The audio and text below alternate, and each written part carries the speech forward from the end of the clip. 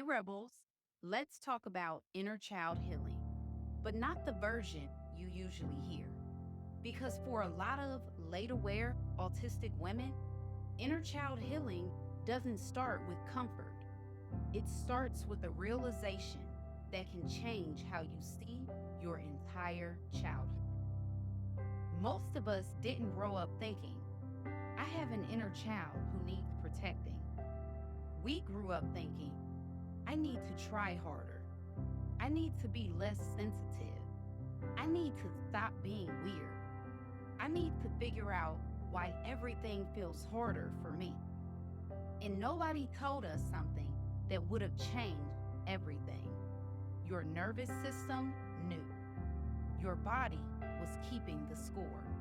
And it's been adapting the whole time. So when awareness comes later, in your 30s, 40s, sometimes 50s, it doesn't just explain your present, it rewrites your childhood. And that's where inner child healing actually begins. Because the first thing that shows up is grief. Not poetic grief, the kind where you suddenly realize she wasn't dramatic, she was overstimulated. She wasn't antisocial, she was overwhelmed.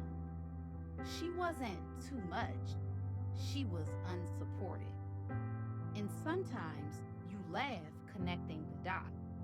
Like, how did nobody see this? But then you remember the layers: masking, gender expectations, being Black, being queer, being high achieving, being the strong one.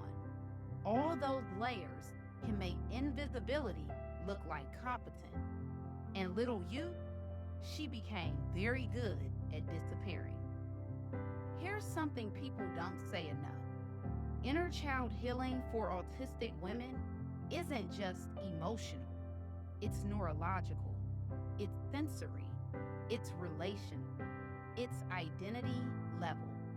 Because what hurt wasn't only events, it was chronic misattunement.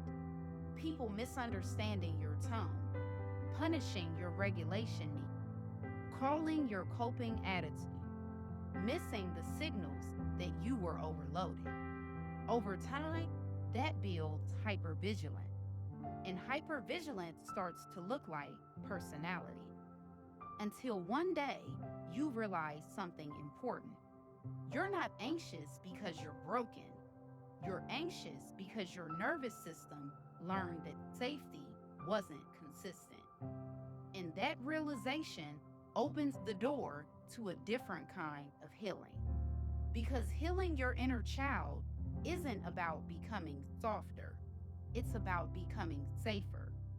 Safer in your body, safer in your relationships, safer in your schedule, safer in your voice. A lot of autistic women weren't unsafe only because of abuse. We were unsafe because of misunderstanding.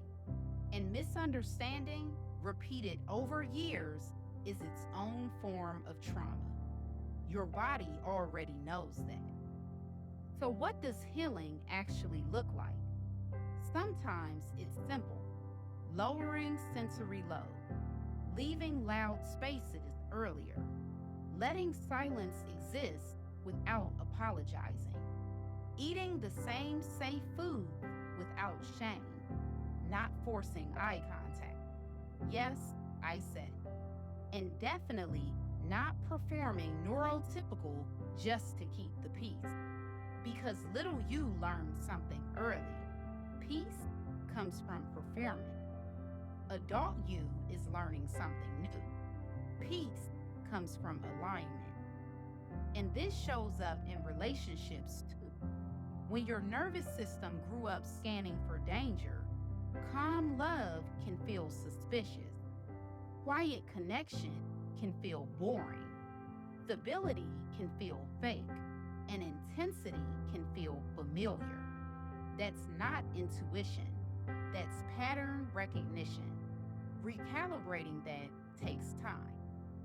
So if you've ever sabotaged calm relationships, tested safe people or pulled away when things started feeling peaceful. You're not toxic, you're recalibrating.